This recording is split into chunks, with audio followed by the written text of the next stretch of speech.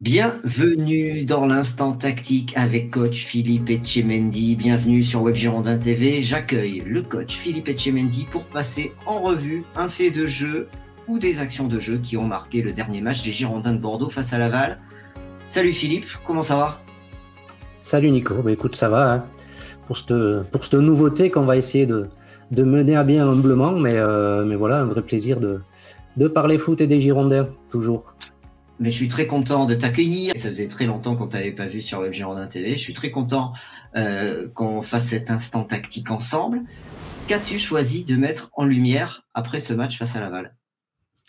Alors, mettre en lumière, je ne sais pas s'il faut parler de lumière dans ce cas-là, mais j'avais envie un petit peu de regarder ce qu'avait fait Clément Michelin, puisque il y a eu quand même pas mal de commentaires sur sa performance que beaucoup ont jugé négative, et moi aussi d'ailleurs après le direct, je me suis posé beaucoup de questions et donc j'ai voulu creuser un petit peu, voir sur ces 3 erreurs qui paraissent assez flagrantes, surtout pour un joueur de ce niveau. C'est pas un jeune Clément Michelin, donc voir un petit peu d'où pouvaient venir ces fautes de placement, ces erreurs, et est-ce que c'était purement des erreurs individuelles ou si finalement le collectif l'avait pas trop aidé pour ne pas se mettre autant en difficulté. Donc on va voir, j'explique ce qu'on va voir à nos spectateurs, aux abonnés et aux sociaux. On va voir l'erreur. Alors l'erreur, on va voir ce qui amène le but, l'action qui amène le but de Laval. On va voir le but refusé par l'arbitre, le but de Laval refusé pour une position de hors-jeu. Et enfin, on terminera par le penalty non sifflé où il est aussi impliqué. Donc sur les 3 actions où il est impliqué, on va le voir ensemble. Avant ça, je vous invite à vous abonner à la chaîne YouTube de Web Girondin, à partager et si vous n'êtes pas sociaux, à le devenir. Voilà, vous avez toutes les informations dans la description. Philippe, est-ce que tu es prêt? On commence? Allez, c'est parti. C'est parti. Alors, on inaugure, c'est une première. Alors on a pris les copies d'écran de Be In Sport, voilà, que tu as analysé, que tu as fait, que tu as publié aussi sur ton fil Twitter. Donc je te laisse la parole. Donc ça, c'est l'analyse tactique de la scène numéro 1 qui amène le but. Je te laisse la décrire. Alors la situation de but, ça part sur une touche. Hein. C'est une touche côté gauche pour Nsimba. On voit que Laval vient bien serrer côté ballon, hein, il nous enferme bien. Nsimba n'a pas beaucoup de solutions. Pour moi, Gregersen aurait pu venir se présenter là dans l'espace que j'ai grisé ou que j'ai bleuté pour venir justement donner une solution, sachant que Franz Sergio, lui, qui est pas très très loin, est pas orienté dos au jeu. Donc pour moi, il y avait possibilité de trouver Gregersen, mais on verra que finalement, c'est Badji qui va venir se présenter dans un intervalle, que Nsimba va trouver. Et finalement, Badji va rejouer avec lui dans un espace mais très petit, très serré, avec beaucoup de Lavallois. Donc une situation pas si simple que ça, finalement, à faire progresser. On aurait presque pu à la limite... on aurait pu à la limite jouer la touche longue et puis faire monter le bloc, peut-être histoire de simplifier la situation. Ouais, parce qu'on voit que Laval est assez haut finalement, hein, et on est à la 55e minute.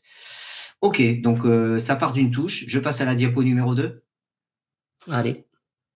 Donc diapo numéro 2, la touche a été faite. Ouais, donc on voit Badji est venu pour un appui soutien, il a retrouvé Nsimba.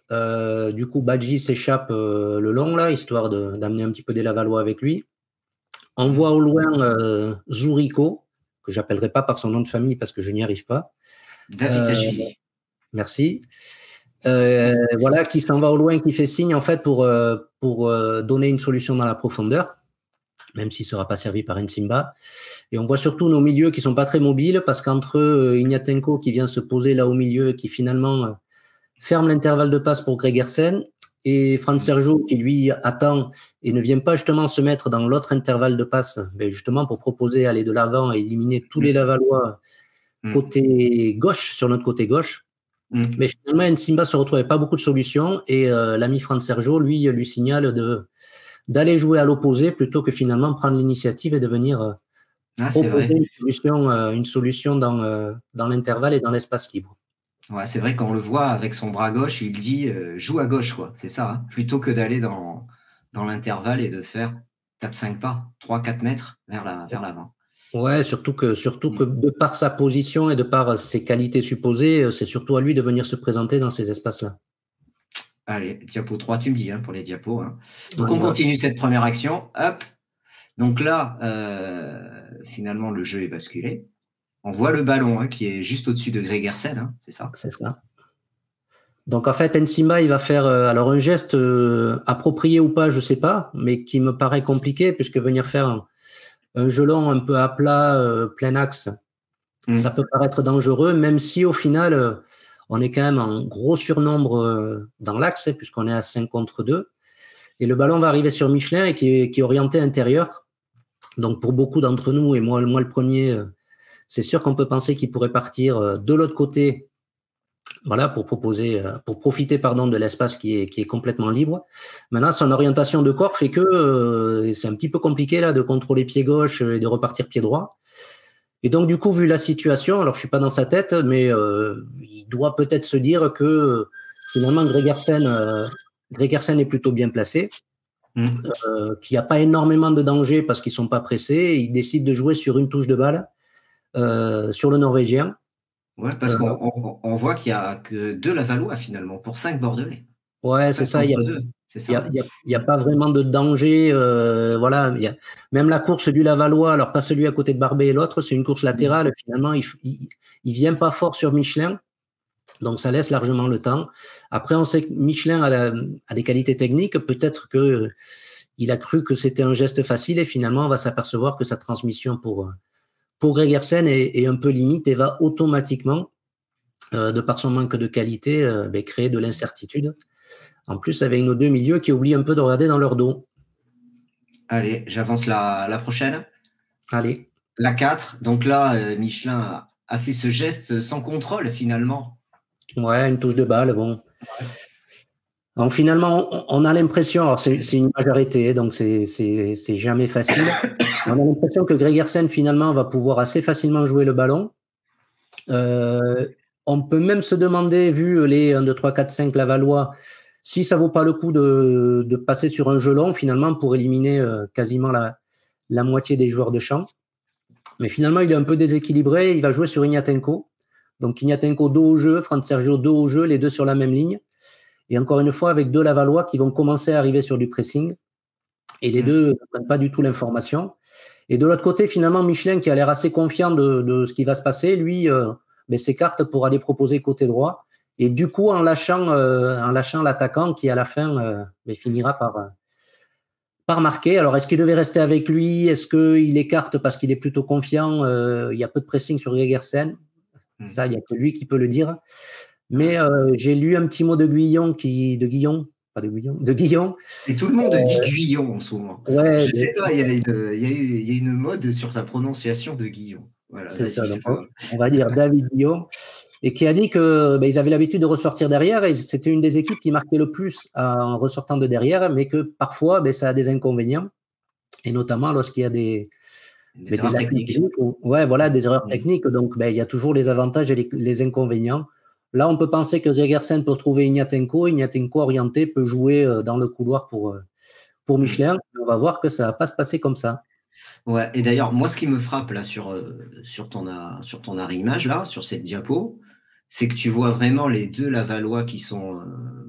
Alors, pas les 2 qui sont entre Ignatenko, Franz Sergio et notre défense. Ceux qui arrivent derrière Ignatenko et Franz Sergio, eux, ils sont en mouvement. Ils sont partis pour presser. Et on a nos 2 Bordelais qui sont statiques, tu vois. C'est ça. T'as l'impression qu'on n'est pas prêt, quoi. Personne n'est prêt ou personne n'est dans la position qu'il faut.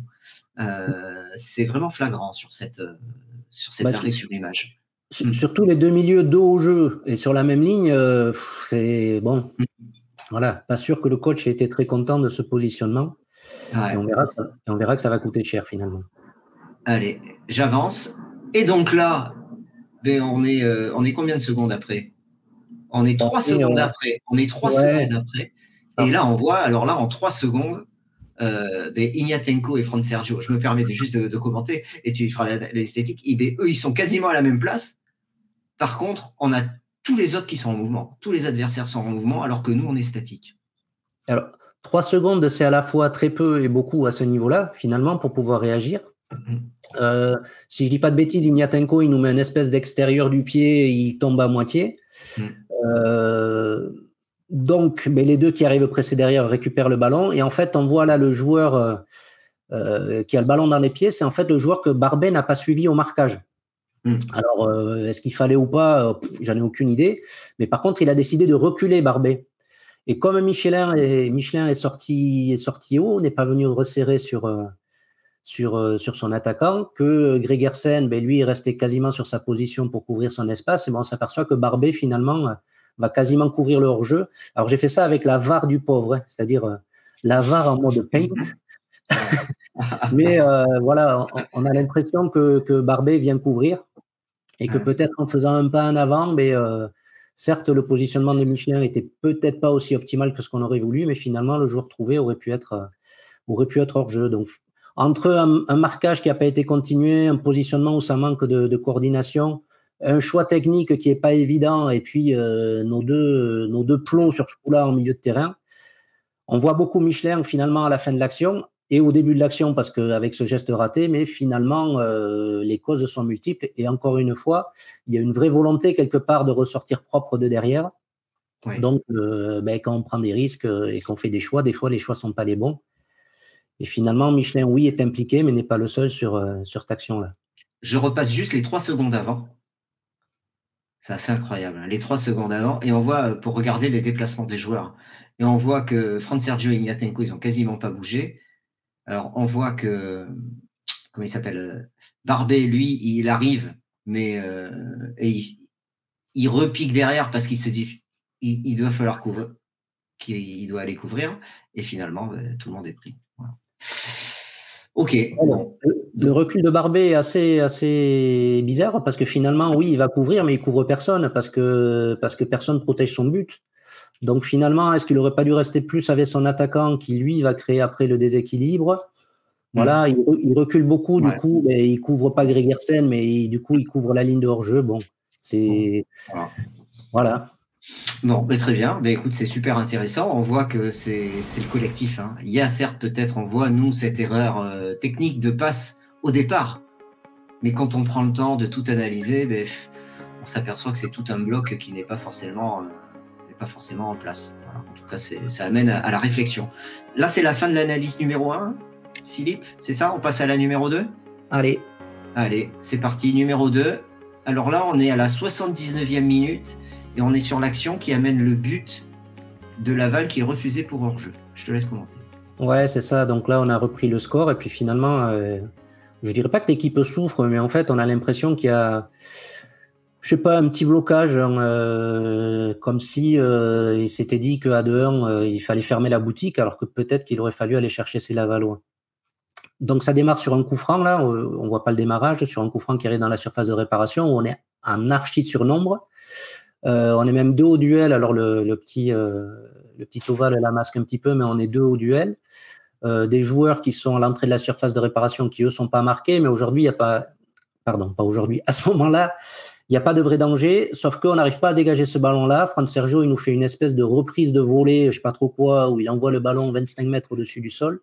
Et finalement, voilà, il y a déjà une sorte de déséquilibre, de difficulté à sortir de cette zone-là, pendant que les Lavallois, eux, restent en nombre, justement, haut dans notre camp. Deuxième diapo, donc là, on est quelques secondes après.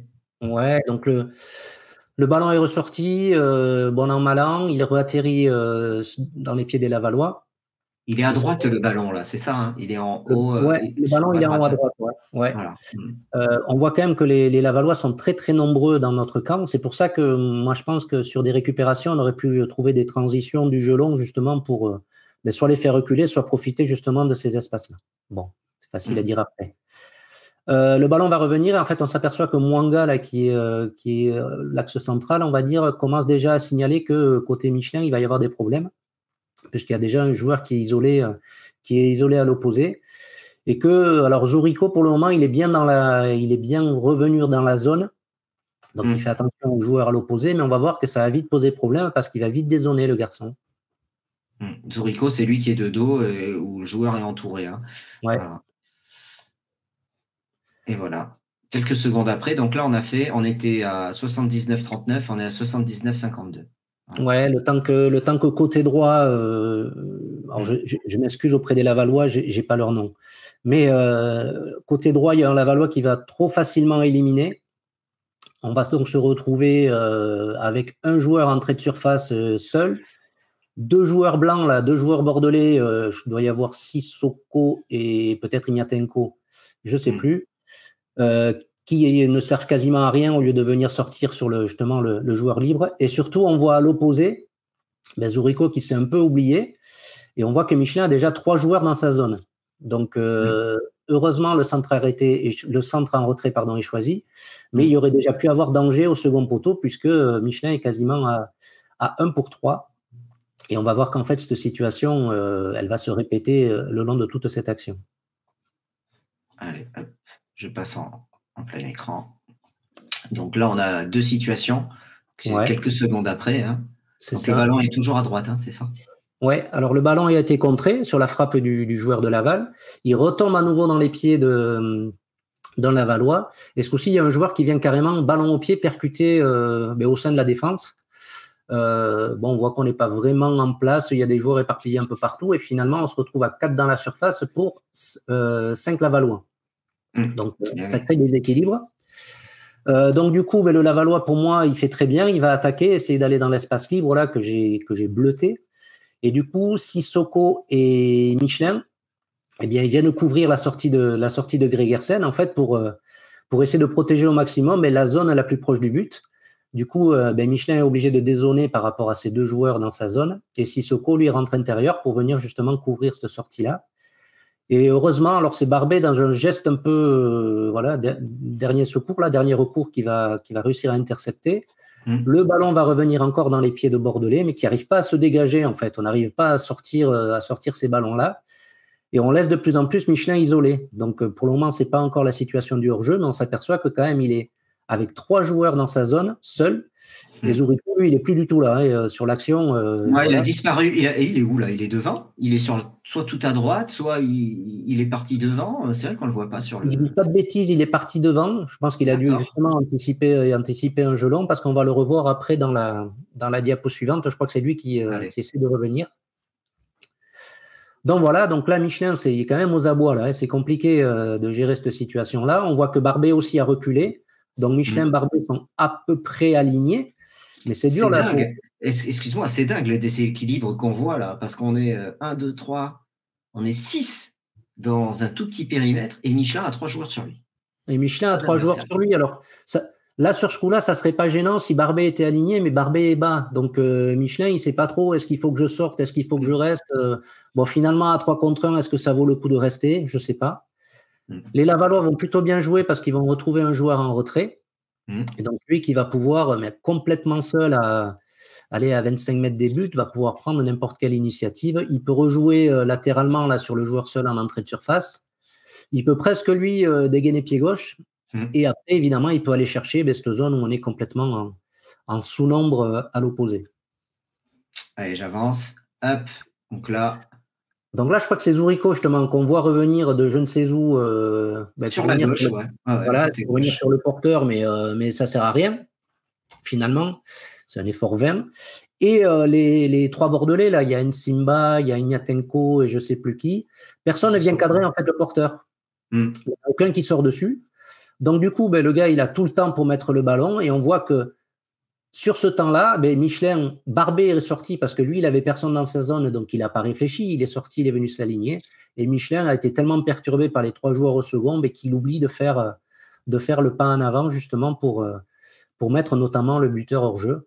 Ça va relativement vite. Ça fait 4, 5, 6 secondes qu'il doit gérer 3 joueurs dans sa zone. Donc, certes, il fait une erreur. Mais quand on reprend la séquence qui a duré une bonne quinzaine de secondes, on s'aperçoit que quand même, il a été très, très longtemps tout seul. Ça démarre à… Voilà, je démarre là, à 77-28. Donc, là, première. Hop. Hop. Là, ça commence déjà à avoir du surnom. Bien encore sur Rico. Alors, attendez, j'enlève le titre. Hop. Là, là, ça y est. Là, en 1 minute, en 2 minutes, c'est… Même pas, ça va très vite. C'est en moins de 2 minutes, en fait. Ça va très, très vite. 1 minute, ouais. Ouais, ça va vite. Et surtout, il a tout le temps à gérer cette situation-là. Finalement, il n'y a pas Mwanga qui est venu finalement reculer. quitte à couvrir le hors-jeu, mais venir amener, se retrouver à 2 contre 3 plutôt qu'un contre 3. Je répète, c'est des choses faciles quand on est sur des phases arrêtées comme ça sur des images, mais en fait, il n'y a pas vraiment de prise d'initiative. Et Michelin, sur ce coup-là, c'est compliqué à gérer avec ces 3 joueurs autour de lui. Et d'autant plus que, vous m'arrêtez si je dis des bêtises, mais il n'y a pas non plus 1,50 m de hors-jeu, quoi. Non, il est hors jeu d'1 mètre, quoi. À peine, ouais. Ouais, il n'est pas hors jeu, justement. Il n'est pas hors jeu, mais même en mètre, je crois que c'est beaucoup. Ouais. Alors, comme on est mal habitué avec la VAR, on se dit mais comment c'est possible? Mais finalement, à juger en direct, l'arbitre de touche est plutôt bien placé. Ben, c'est pas si simple que ça. À la fois choper le départ du ballon et puis la position du joueur, avec Michelin quand même qui fait l'effort de sortir. Donc, ça peut être perturbant aussi pour l'arbitre de touche. Donc voilà, sur ce coup-là, évidemment, on peut dire que la prise d'initiative individuelle est peut-être pas bonne, mais de notre côté, c'est quand même pas des situations à gérer et on peut dire que ses coéquipiers l'ont pas beaucoup aidé sur ce coup-là. Même si c'est lui, au final, qui fait l'action du hors-jeu, il couvre, certainement, il y a quand même un déséquilibre en termes défensifs. En tout cas, moi, c'est ce que je comprends sur la démonstration que tu fais. Donc, on a vu le but de Laval marqué, on a vu l'action sur le but refusé. Maintenant, on va voir le pénalty concédé dans les dernières minutes de jeu. Tu as préparé aussi une analyse. Voici comment l'action démarre. On est à la 92e. C'est ça. On est dans les arrêts de jeu. Il y a eu pas mal de changements. Du coup, Elie se trouve tout seul devant. Et on a fait rentrer Delaurier, Chauvet et Depucé.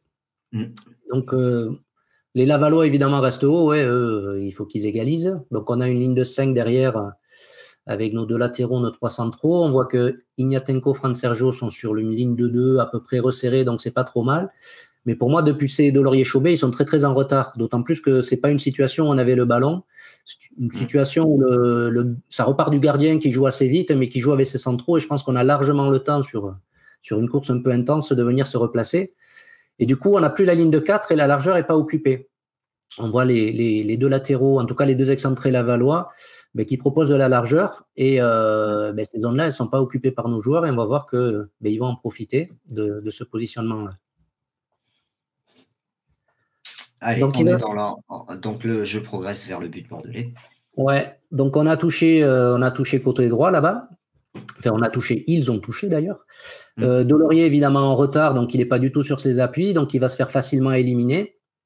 Et il y a tout l'espace, en fait, tout cet espace-là en orangé, qui va être pris par le Lavallois, d'autant plus que Ignatenko, alors lui, sur ce coup-là, je n'ai pas compris, parce que finalement, lui doit venir un petit peu couvrir la sortie de Delaurier. En plus, là, il recule, mais il recule, je ne sais pas pourquoi, finalement, il n'y a pas vraiment de danger, il n'y a pas de rouge, il n'y a pas de Lavallois, il faut que j'arrête à mes rouges, il n'y a pas de Lavallois.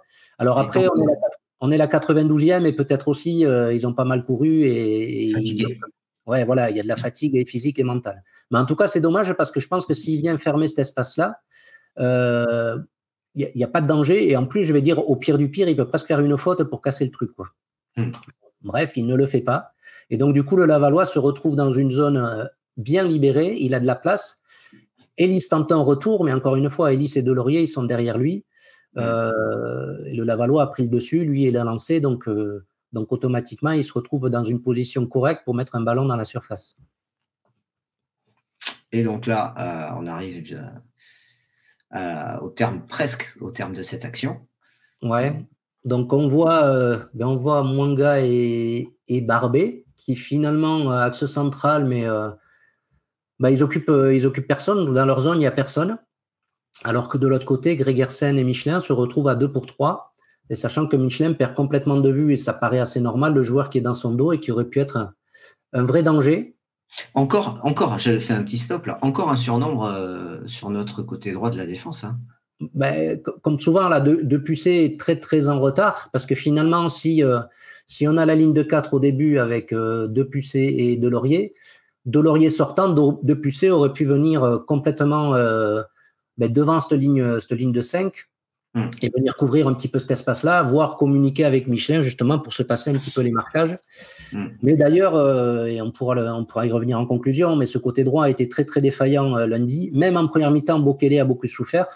Alors peut-être de sa maladie, mais aussi du manque de coordination sur l'aide sur son côté droit. On a vu même Maja une fois venir complètement défendre à 15 mètres de la ligne de sortie.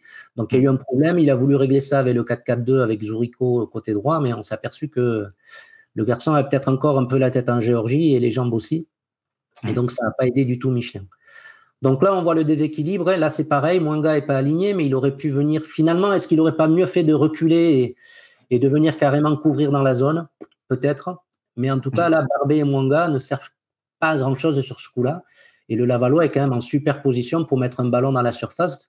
En tout cas, mettre un ballon dans la bonne zone, d'autant plus qu'on est très haut sur ce coup-là. Et il y a du monde en plus, il le met bien, le ballon. Et il y a du monde, il y a du monde. Et donc, le fameux ballon qui arrive. Donc il le met très bien. On est 2 pour 1. Parce que peut-être que le plus gros danger, c'était s'il avait touché l'autre joueur, finalement, qui n'était pas pris par Michelin et qui, lui, aurait pu se retrouver tout seul. Mais ça tombe plus dans la zone du joueur de Michelin. Donc, il fait… alors, on va en débattre juste après, mais qui, pour moi, se sentant battu, est quand même assez malin. Il va mettre, il va mettre la main sur l'épaule du joueur, mais sans pour autant le plaquer. Et pour moi, le Lavallois, il en rajoute beaucoup. Alors, je ne dis pas qu'il n'y a pas faute, loin de là. Dès que tu mets la main sur l'épaule dans la surface, il tombe, c'est sifflé, quoi, je veux dire, à chaque fois. Voilà. Les joueurs rajoutent tous un peu, amplifient leurs gestes et c'est sifflé, quoi. Le problème, c'est que quand on voit la position de l'arbitre, et vu avec le saut de Cabri ou le plongeon qu'il fait, il se croyait à la piscine municipale, et du coup, il trompe un peu l'arbitre finalement, qui de dos pense que le joueur en rajoute. Alors, est-ce qu'il a tort ou pas tort? En direct, c'est jamais facile. Mais de notre côté, quand on regarde un petit peu la première image arrêtée, on s'aperçoit que la faute, elle est quasiment à la limite de la surface de réparation, plus que dans la surface, en fait. Elle se finit dans la surface. C'est vrai. Mais l'accrochage est plutôt à l'extérieur. Donc, bon, encore une fois, c'est la VAR du pauvre. Hein. Mais on pourrait faire un petit laïus sur la VAR. Moi, elle me manque, je l'ai dit sur Twitter, mais elle ne me manque pas du tout, la VAR. Et puis, dans cette situation-là, finalement… Est-ce que parce que c'est Bordeaux, on met juste un coup franc à l'entrée de la surface? Est-ce qu'on met un penalty parce que l'action est tellement flagrante qu'on se dit que… Voilà, je sais pas, il n'y a pas de VAR. Je trouve que sur ce coup-là, Michelin, s'il y a péno, il fait une erreur. Il n'y a pas de péno, pour moi, il joue bien son vice. Tant mieux pour lui. Et je trouve de toute façon que sur cette action-là, alors on voit que lui parce qu'il est en bout de chaîne, mais finalement, il n'y est pas pour grand-chose à part se retrouver un peu au mauvais endroit, au mauvais moment. Eh bien, merci Philippe. Hein, ça fait 3 phases de jeu détaillées. Merci pour cet éclairage. J'espère que vous qui nous regardez, ça vous a amené aussi un éclairage. Dites-le nous dans les commentaires ce que vous en pensez, comment vous réagissez à cette démonstration. Quelle conclusion tu tires pour fermer le sujet? Alors déjà, une petite précision, c'est ma vision et mon interprétation, ce qui ne veut pas dire que personne n'a la vérité dans le foot, mais ce qui ne veut pas dire qu'il y a d'autres moyens aussi d'interpréter les situations. Et pour ces 3 situations en particulier, alors certes, on peut toujours revenir sur les erreurs individuelles de Michelin. C'est entendable. Mais pour moi, il y a quand même un problème un petit peu d'équilibre dans l'équipe. Je ne vais pas revenir sur le milieu de terrain, mais on s'aperçoit que le milieu de terrain dans ces situations-là aide pas beaucoup sa défense. Et pour me répéter, en fait, c'est le côté droit qui a été défaillant, parce que moi, Bokele, pour moi, n'a pas fait une bonne première mi-temps, mais parce que je répète, il n'a vraiment pas été aidé, et que le passage en 4-4-2 n'a pas aidé non plus Michelin, qui en plus est rentré à la mi-temps, a mis du temps à rentrer dans son match, et puis on a senti qu'après le but, il est un petit peu sorti de son match.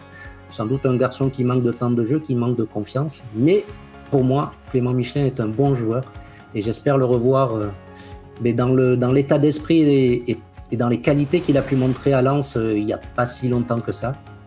Et j'espère qu'il pourra s'épanouir chez nous et en tout cas amener de la concurrence sur ses latéraux. On en a suffisamment manqué ces dernières saisons. Eh bien, merci Philippe, merci coach Mendy pour cette analyse tactique et ce décryptage de 3 actions concernant Clément Michelin. Ça faisait partie des faits de jeu de ce match face à Laval. Si vous avez aimé, un petit like, abonnez-vous à la chaîne YouTube. Abonnez-vous à la chaîne YouTube, je vais y arriver, et soutenez-nous en devenant sociaux. Voilà, salut Philippe, à très bientôt. À très vite. Allez, salut tout le monde, ciao. Ciao.